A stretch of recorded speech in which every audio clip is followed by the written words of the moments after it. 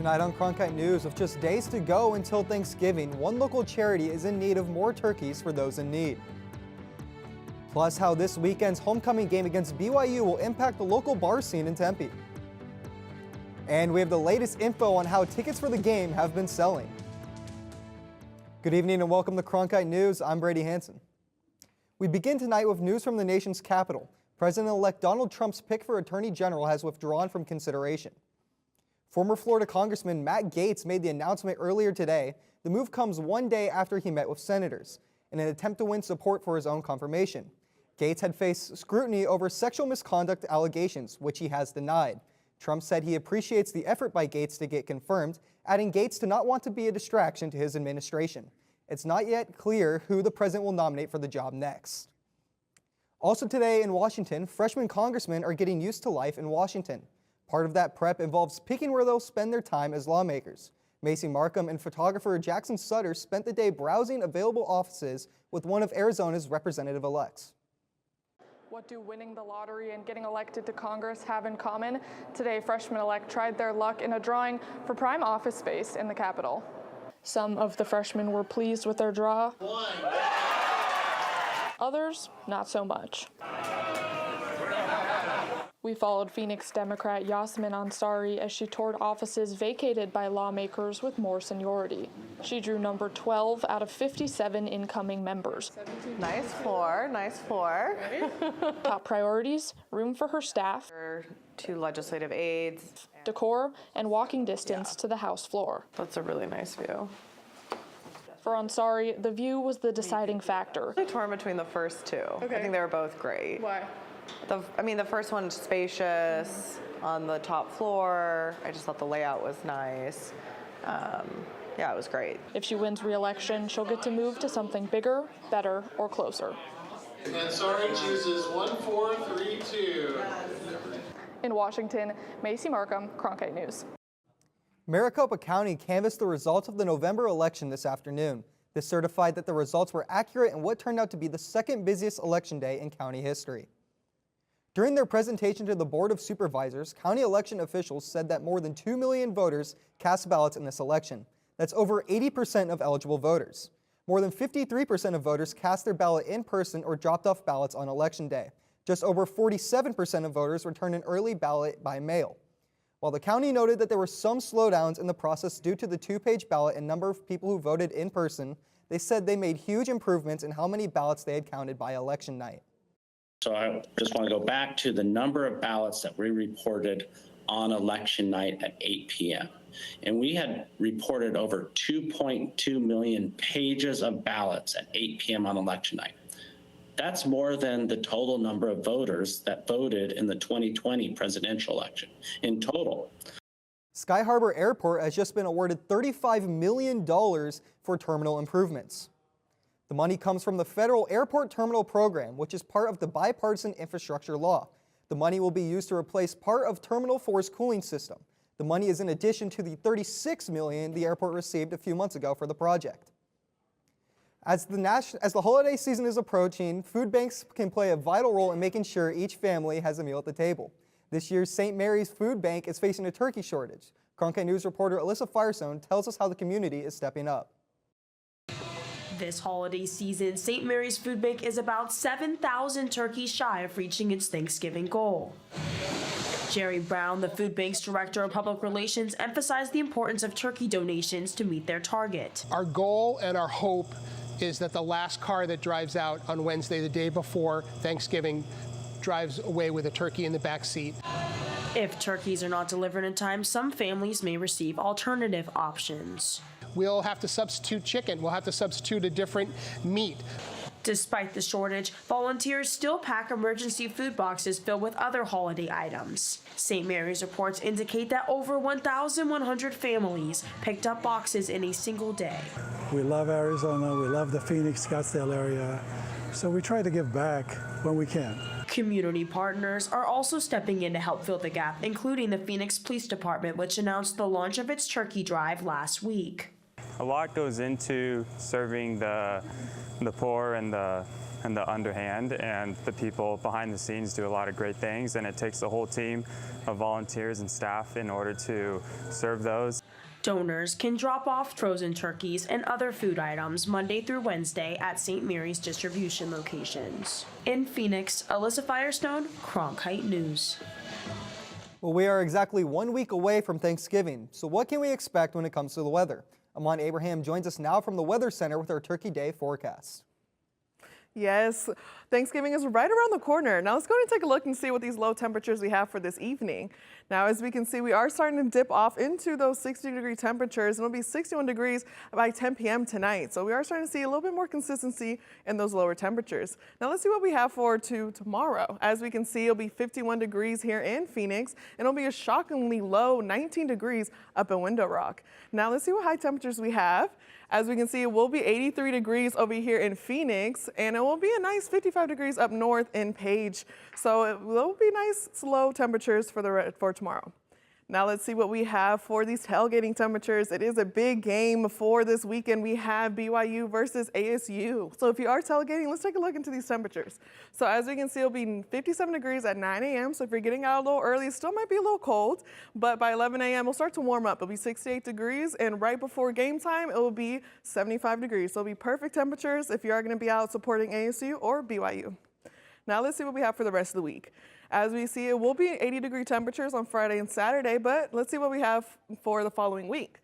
So on Sunday, it will start to be pretty cloudy with 75 degrees, and for the rest of the week, we will also see a lot of cloudy temperatures leading up till Thanksgiving on Thursday, where we will see some nice clear skies and 72 degrees. So if you are going to be out, it'll be perfect temperatures if you're going to be out for Thanksgiving, or even if you are going to be tailgating for this game. Back to you guys at the desk. Well, that's perfect tailgating weather if you ask me. Coming up, we're going to break down the ASU and BYU game this weekend. Plus the upcoming road closures and some advice on how to avoid them.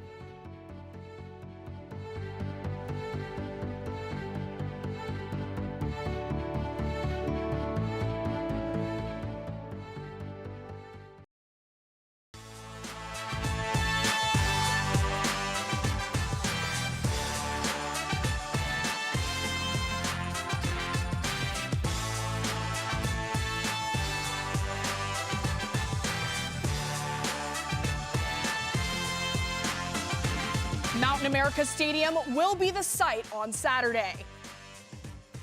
We are getting you ready for the big game. I'm Lauren Avenatti. We have team coverage as ASU prepares for the biggest home game of the season. This game is sold out. Ryan Pesesnik is in Tempe with more on the ticket frenzy for this game. Ryan? While Mountain America Stadium sits empty right now, that won't be the case on Saturday. Student tickets to the game sold out on Monday, while tickets to the general public sold out on Tuesday. Considering the high stakes for the Sun Devils into this game, the Inferno section should be out in full force. Usually when we sell a game out, it usually is like the Friday before the day of the game. So to sell out on a Tuesday just means that there was just so much enthusiasm around it. And the student tickets actually sold out as well, which we haven't had a student sell out since Michigan State in 2018. There was such a high demand for student tickets that ASU ticketing services had to turn on a queuing system to make sure their website didn't crash. ASU students are able to access their tickets for free, while single ticket prices to the public are as low as $300 and as high as $1,000. So if you're looking to sell or give your ticket away, Kenny Dillingham has a special message for you. If you're an ASU fan and you own a ticket and you're selling it or you're giving it away, make them show you an ASU hat or an ASU shirt. ASU sold more student tickets in this game than usual, and they even added a second student section on the north side of the stadium. The Sun Devils are hoping that the home field advantage will make a difference in this critical game on Saturday. Reporting from Mountain America Stadium, I'm Ryan Pesesnik, Cronkite News.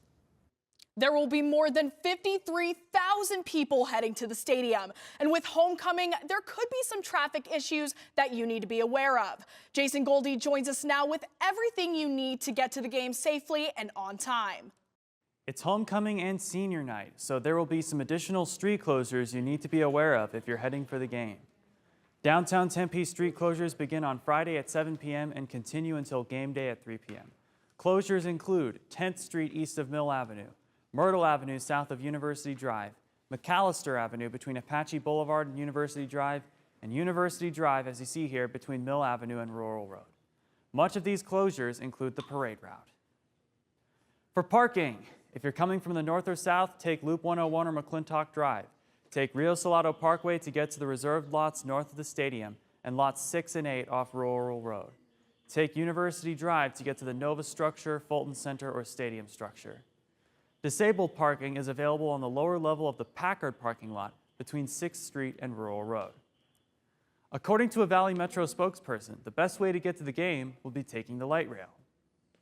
The egress of most events is very busy. It's packed with cars. It's crowded. Sometimes walking to a light rail station or a streetcar stop is just more convenient, and it is still more affordable to ride public transit than it is to take a rideshare service. Remember, you now need to use the Valley Metro app or get a reloadable copper card. Get off the light rail at Veterans Way, College Avenue. However you get there, it's going to be a great game. Sun Devil fans, remember to wear gold. Back to you.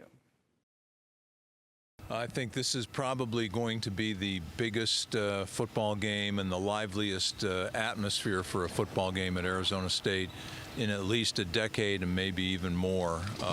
It's certainly one of the most meaningful home football games in recent Sun Devil football history, and is just evidence of the remarkable job that Kenny Dillingham and his staff have done in turning the fortunes of this program around.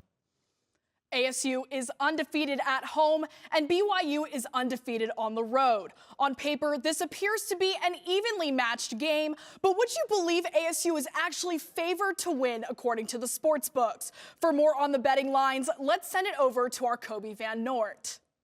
The Sun Devils have been making waves this season with an impressive 8-2 record overall, and in those 8 victories, they've covered the spread every time, making them a pretty good bet.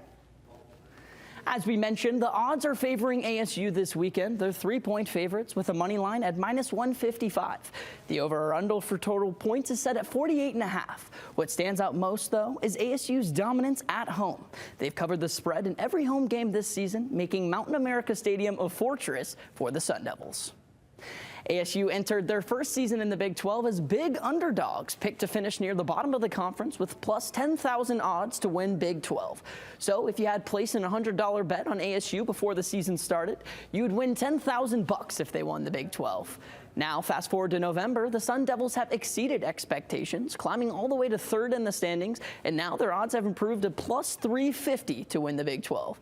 Hey, that's pretty wild. Arizona State leads all-time series against BYU 20-8, but this will be the first time they have faced off as Big 12 opponents. The last time they squared off was in 2021, and BYU beat ASU 27-17. That matchup was the last season the Sun Devils were ranked in the top 25. ASU is looking to flip the script on Saturday afternoon. At the touchscreen, Kobe Van Noort, Cronkite News. We'll see if there will be a betting frenzy on the matchup.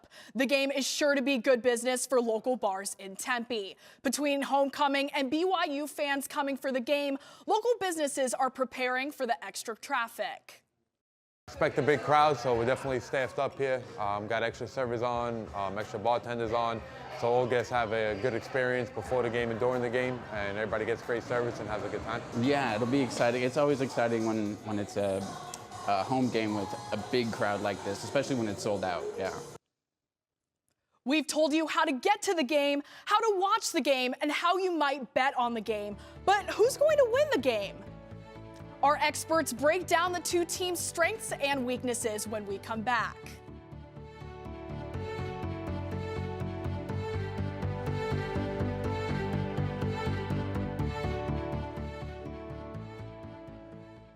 He was telling me if we win and somebody else loses, and then like ranch dressing falls on a wing, I don't really know.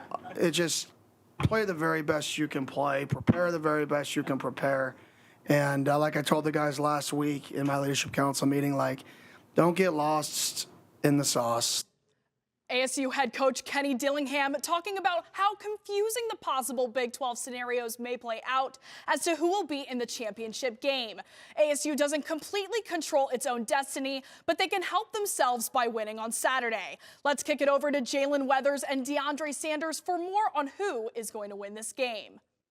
ASU football is having one of their best seasons this year, but I'm just not too sold, DeAndre, that this team is capable enough of beating this BYU team. Their defense is scary, and they can come up with great plays for these teams. So if you come up right here, now, it is 2nd and 20 right here. This defense, because of this, they know they're looking to pass because they are down right now. So they have 3 safeties over the top to scheme this up, along with the corners and the middle linebackers playing underneath these receivers. So this is going to create a trap concept, essentially a double team. And because of this, if you run the play, now this quarterback is going to get sucked in to a bad throw, and this safety makes him pay. Now, if you stop it right there, DeAndre, you know big-time players make big-time plays, and this safety came up big time for them. Absolutely right. You already know, as a defender, if that safety is not over the top, where that ball was placed, only the receiver could get to it. So that was a great play by that. Exactly. But if you're not sold on that, DeAndre, I have another play for you. So look, this quarterback, Jake Reslap, is a baller. So look, if you see right here, now run the clip. Now, this guy knows how to pick apart a defense from left to right. He knows how to read it to see which throw he's going to make. So if you stop it right here, now, they're running a 2-man concept by Utah right here, these defenders. So this corner right here, that means he's going to play underneath in the flat area along with the safety over the top to help. The problem in that, though, is they're running 2 verticals right here. So this means that this safety is stressed. Yeah. So because he's stressed, that forces the corner to man-turn this, and it's going to create a hole for a late out to develop. Right. So if you run the play, this late out develops, and what does Jake Reslop do? Make a great throw away from the defender. Now, stop it right here. Now, if you're not sold on that, DeAndre, I have another one for you. Now, these ballers on offense cannot be stopped. They have a great receiving group, and a man by the name of Darius Lassiter is one of their top ballers this year. Run the play. Now, if you look at right here, Darius Lassiter creates enough space. When you think they're down, they're not down. He's going to make a defender miss, get in the end zone, and that's how a big-time player make a big-time play when you need it the most.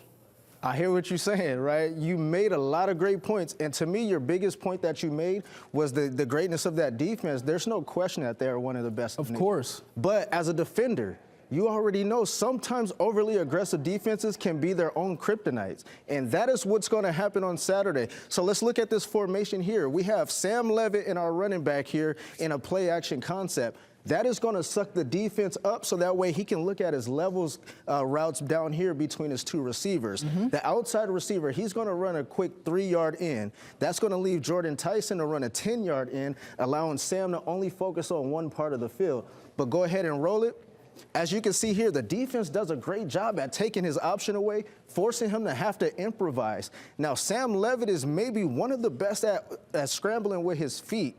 Now, hold on. If you think you have him figured out, right, you have to worry about this bowling ball and Cam Scatterboo coming out of the backfield causing absolute havoc, right? I spoke to Cam earlier this year, and he told me that he doesn't feel like anyone is more physical than him in this conference. And this is absolutely evident with this run right here, just punishing, right? Go ahead and run it a little bit. Go ahead, pause it right here. So at this point, this play is supposed to be over with. He is surrounded by defenders with nowhere else to go, but that's when that mentality that he was talking about comes into play. Go ahead and run it.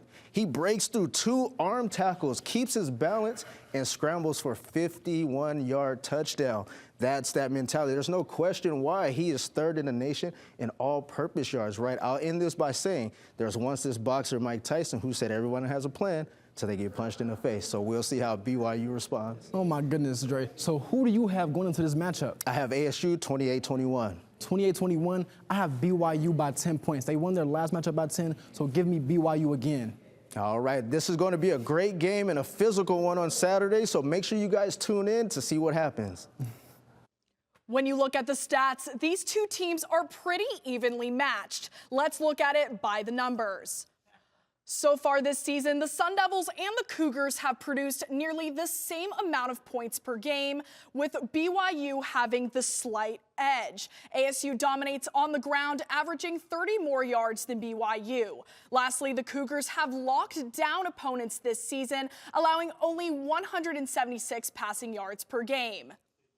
Here we have our QB comparison for this weekend's matchup.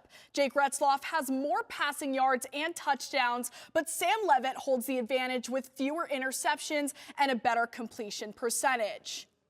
Finally, with ASU's stunning turnaround this year, we want to know how familiar people are with this team. Kaylee Moncrief stopped by Memorial Union in Tempe to find out. Are you an ASU football fan? I am. Yes, I am. I am. Yes, we are. Big fans. Sort of. Are you going to the game on Saturday? I am. Hopefully if I can get it off work. Yes, sir. Yes. Okay, do you know who this is? That's Cam Scattaboo. Is it Scattaboo? That's Cam Scattaboo. Scattaboo? That's the GOAT. It's Cam Scattaboo.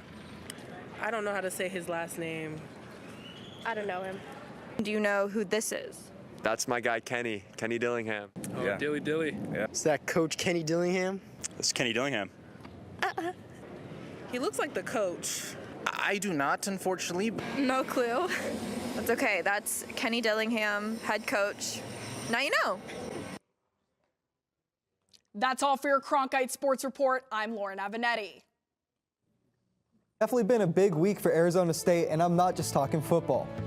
After the break, we'll tell you who at ASU just celebrated their birthday. With all this ASU talk, we have to give a shout out to the school's mascot, Sparky the Sun Devil, who just turned 78 celebrating his birthday yesterday. Before there was the Arizona State Sun Devils, there was the normal school Bulldogs. In 1945, the student body voted to introduce the name Sun Devils. Sparky's look has changed throughout the years, but his devilish grin has always remained the same.